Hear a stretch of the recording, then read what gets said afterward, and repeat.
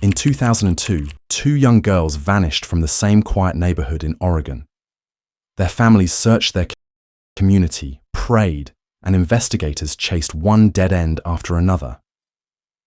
What no one could imagine was that the horror they feared was hiding just a few steps away in the backyard of a man everyone thought they knew. And remember, this is not fiction. This is a true story. Before we begin, please like this video, subscribe, and share your thoughts in the comments so these haunting cases are never forgotten. The girls and their world. In the early months of 2002, Oregon City was a place most people would have described as safe. It was a modest suburb, a community where children could still walk to school, where neighbors waved to one another from their driveways, and where parents felt they knew who lived next door. It was the kind of town where the idea of children vanishing without a trace seemed impossible. But that illusion of safety would be shattered by the disappearances of two best friends, 12-year-old Ashley Pond and 13-year-old Miranda Gaddis. Ashley was the younger of the two. At 12 years old, she was lively-spirited and a little rebellious in the way only preteens can be. She lived with her mother Lori in an apartment complex not far from school. Ashley dreamed of becoming a dancer. She was talkative, full of energy, and often the center of attention among her friends. But like many children her age, Ashley carried struggles beneath the surface. She had been in counseling, and her young life had already been marked by challenges. Still, those who knew her best remembered a resilient girl determined to carve out her own joy, despite the difficulties around her. Miranda Gaddis, a year older at 13, had a personality that balanced Ashley's. She was funny, loyal, and fiercely protective of her friends. Miranda had a way of lightening the mood, even in the heaviest of times. When she and Ashley were together, it was as though the world revolved around their laughter and shared secrets. They spent countless afternoons riding bikes, watching movies, and dreaming out loud about what their futures might hold. For their mothers, the girls' friendship brought comfort. Lori Pond and Michelle Duffy knew their daughters were looking out for one another. In a neighborhood that felt safe, this closeness gave parents a reason to breathe a little easier. But everything changed on the morning of January 9th, 2002. That morning, Ashley left her home to walk the short distance to school. It was a path she had taken countless times before, a walk that should have been routine. But Ashley never arrived at class. She had simply vanished along the way. At first, whispers suggested she might have run away. After all, she was 12, old enough to argue with her parents, young enough to want independence. But Lori knew something was wrong. Ashley was headstrong, yes, but she always came home. As the hours turned into days, the community mobilized. Missing posters with Ashley's smiling face appeared on telephone poles and shop windows. Volunteers scoured the streets and wooded areas nearby. Police knocked on doors, asking neighbors if they had seen anything unusual. Candlelight vigils were held. Still no sign of Ashley. Then less than 2 months later, another blow struck. On the morning of March 8, 2002, Miranda left for school. Like Ashley before her, she never made it to class. Two best friends gone from the same neighborhood in the same way. The second disappearance sent shockwaves through Oregon City. Parents who once felt secure now walked their children to school or kept them indoors. Rumors ran wild. Some believed a stranger was lurking in the area preying on children. Others whispered about family troubles. But the police had little to work with. There were no clear witnesses, no strong leads, and no obvious suspects. For the families of Ashley and Miranda, every day was a torment. Each knock at the door, each ring of the phone carried the fragile hope that this nightmare might end. But days became weeks, and weeks stretched into months with no answers. By now, the community was living in fear. Oregon City no longer felt like a safe place. What people didn't realize was that the truth was closer, far closer than anyone could imagine. And as we move deeper into this story, remember this is not fiction. It is a true case, a dark chapter from the heart of Oregon. the investigation and dead ends. When Ashley Pond vanished in January 2002, investigators in Oregon City treated her disappearance with urgency, but also with a sense of cautious optimism.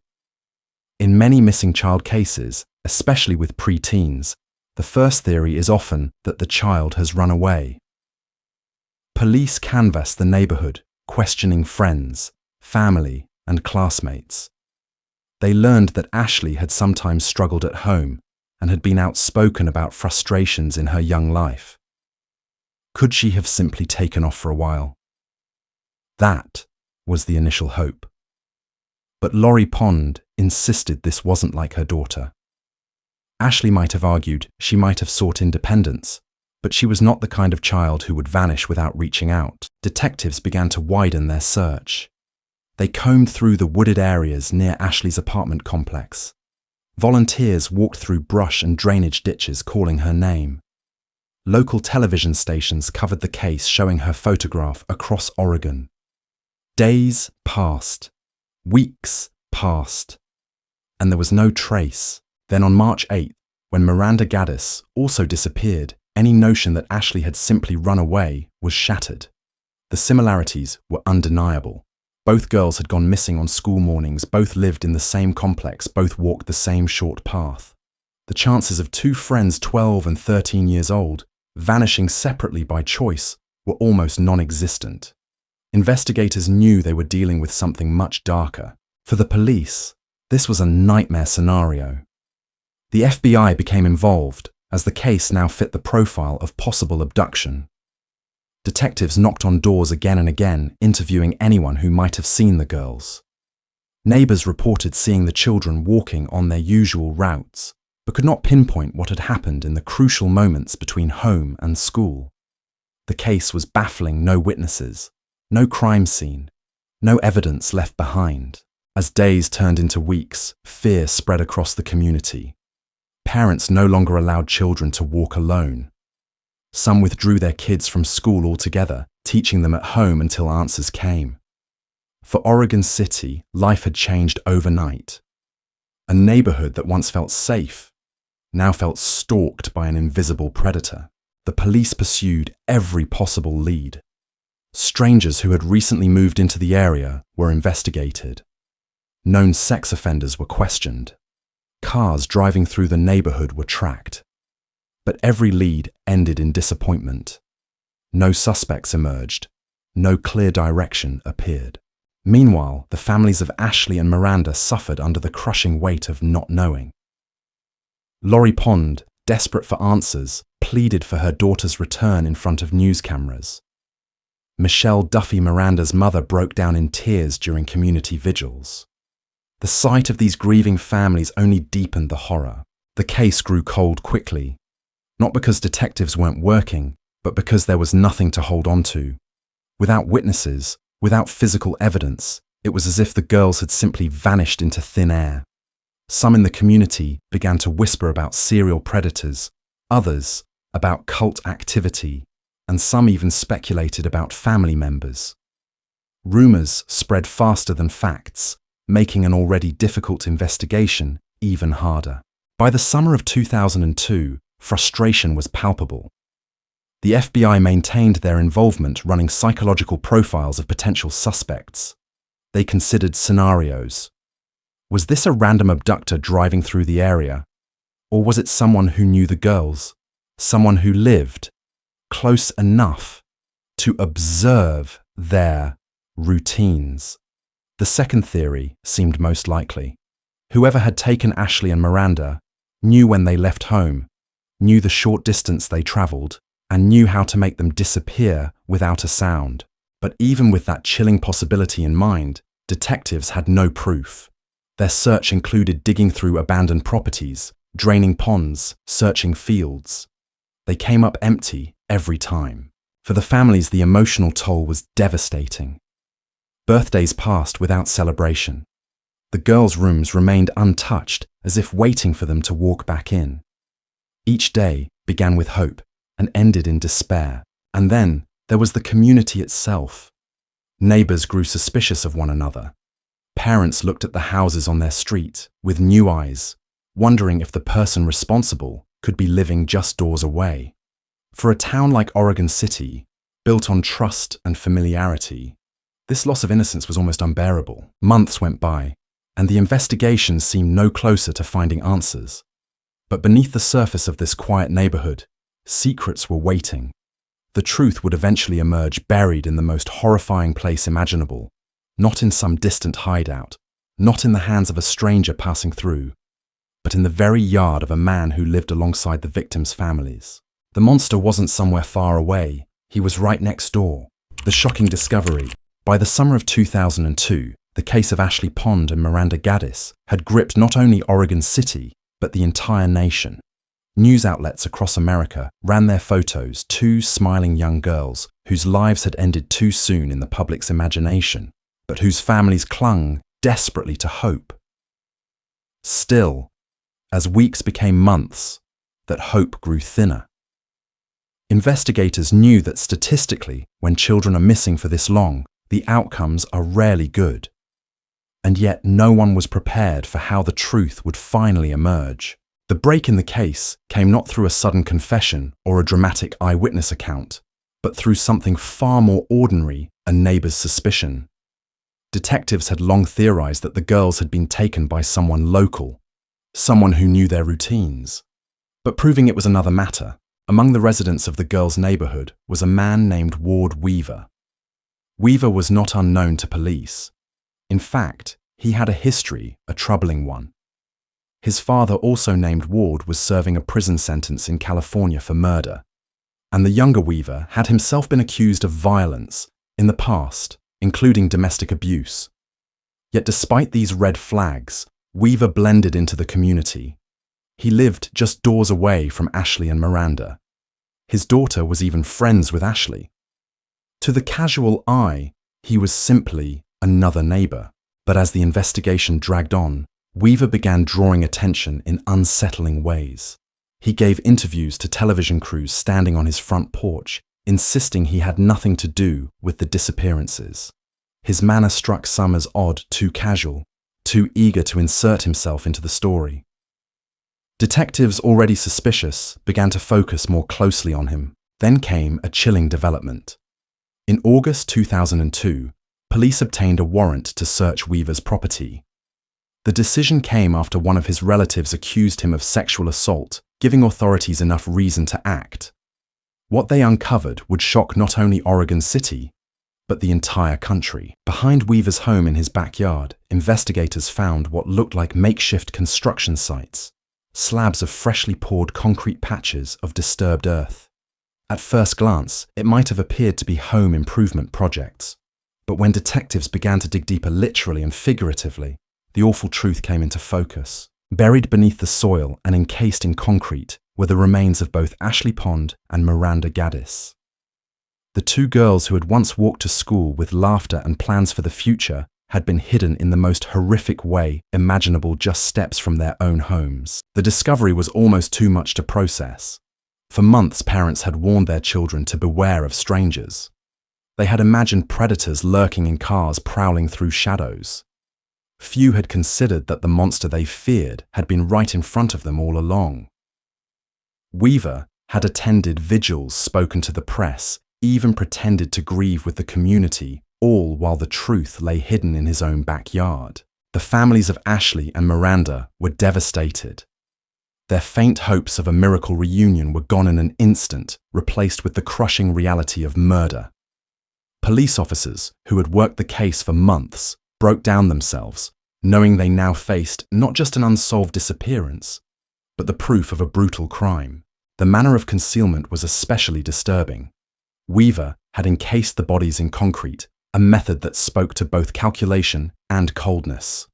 It was as though he believed he could erase the girls' existence, sealing them away in the ground, as though they were debris instead of human beings. The community's grief turned to outrage.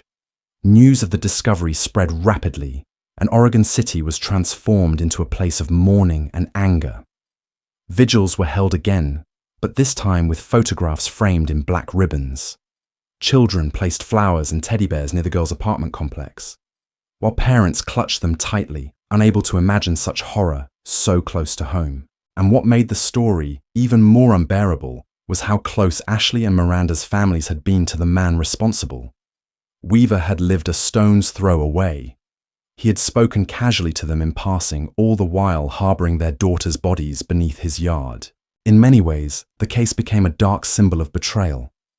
The betrayal of trust in a community, the betrayal of innocence, and the betrayal of the most basic belief that neighbors are safe. Weaver had not only murdered, but he had mocked the very idea of community by hiding in plain sight. For investigators, the discovery provided answers, but also raised haunting questions. How could someone capable of such brutality have lived undetected for so long? How could the signs have been missed? And what did it mean for a community that would never see itself as safe again? The search was over. The girls had been found. But the nightmare was far from ending, because now the town and the nation demanded justice. The arrest and trial of Ward Weaver, the discovery of Ashley Pond and Miranda Gaddis in Ward Weaver's backyard in August 2002 left Oregon City reeling. But for investigators, the revelation also provided clarity. The monster they had been searching for was no longer a faceless predator. He had a name, a history, and a chilling legacy that stretched back generations. Weaver's arrest came swiftly after the remains were found. For months, he had been a person of interest. Detectives had eyed him with suspicion when both girls disappeared, largely because of his proximity to their homes and his unsettling demeanor in interviews. But suspicion is not proof, and until August, the evidence was circumstantial. Once the bodies were uncovered, however, there was no doubt. Weaver was taken into custody and charged with 2 counts of aggravated murder. News cameras captured the moment he was led away, shackled and expressionless. For the families of Ashley and Miranda, the sight was both a relief and a torment relief, that someone was finally being held accountable, and torment that nothing could bring their daughters back. The arrest also revealed deeper, more disturbing truths about Weaver's life. His criminal history was littered with red flags. He had been accused of violence and sexual assault in the past. More chillingly, his father, Ward Weaver Sr., was serving a prison sentence in California for a pair of murders committed in the 1980s. It seemed brutality ran in the family, a dark inheritance passed from father to son. The community's outrage grew as details emerged. People asked, how had Weaver been able to live so freely despite such a history? Why had he been allowed to remain in close proximity to children, including his own daughter's friends? The revelations deepened the sense of betrayal already felt in Oregon City. When the case went to trial, the courtroom became a stage for both horror and heartbreak. Prosecutors painted Weaver as a calculating predator who had lured Ashley and Miranda with trust only to end their lives and attempt to erase them in concrete. The method of concealment was presented as proof of his cold-blooded nature. This was no crime of passion, no impulsive act, but a deliberate plan to silence 2 children forever. Defense attorneys, as expected, attempted to cast doubt. They questioned the integrity of the investigation and the handling of evidence, but the weight of proof was overwhelming. Not only had the girls been found on Weaver's property, but forensic analysis tied him directly to the crimes. During the trial, the families of Ashley and Miranda sat in the gallery enduring every detail. They listened as experts described how the bodies had been hidden. They listened as prosecutors recounted the girls' final days.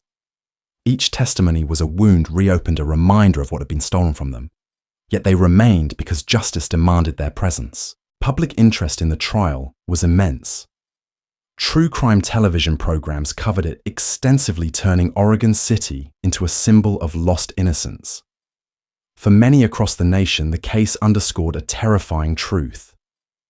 Danger does not always come from strangers. Sometimes it lives right next door. As the trial progressed, Weaver's demeanor drew attention. He appeared indifferent, even defiant at times. In interviews before his arrest, he had maintained his innocence, even mocking the idea that he could be guilty. Now in court, that same arrogance lingered. To the families, his lack of remorse was a knife twisted deeper. Ultimately, the jury reached its verdict. Weaver was found guilty of murdering both Ashley Pond and Miranda Gaddis.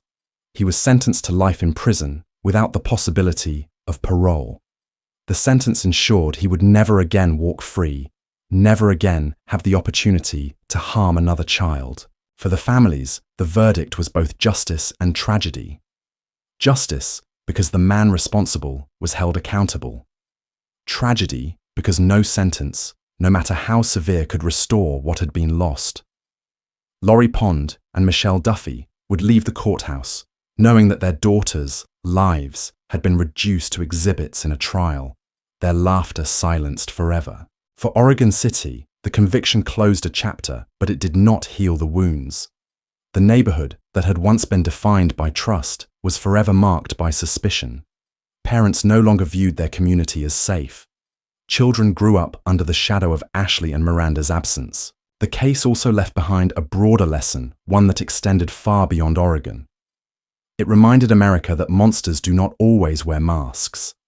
They do not always lurk in distant shadows. Sometimes they live among us, smiling, waving, blending into the rhythms of everyday life. Ward Weaver would spend the rest of his life behind bars, but the scar he left on Oregon City and on the families of Ashley Pond and Miranda Gaddis would never fade. The aftermath and legacy, with Ward Weaver convicted and sentenced to life in prison without parole. Oregon City could finally exhale, but it was not the breath of relief people imagined. Instead, the air felt heavier, tainted by the realization of what had unfolded in their own backyard. The nightmare had an ending, yes, but closure was something entirely different. For the families of Ashley Pond and Miranda Gaddis, the trial's conclusion was not an end, but a continuation of grief. Their daughters would never return. Their bedrooms, left frozen in time, remained shrines of childhood interrupted. Posters that once carried desperate pleas for help were now relics of sorrow. Lori Pond and Michelle Duffy faced the unbearable truth of every parent's nightmare. They had outlived their children, forced to navigate a world forever emptier than before. In the community, the aftermath lingered like a shadow. Oregon City was never the same again. The apartment complex where Ashley and Miranda once laughed and played now carried a silence that seemed almost haunted. Parents who once let their children roam freely now clutched their hands tighter, never forgetting that danger had once walked the same sidewalks, waved from the same driveways. The broader public also wrestled with disturbing questions.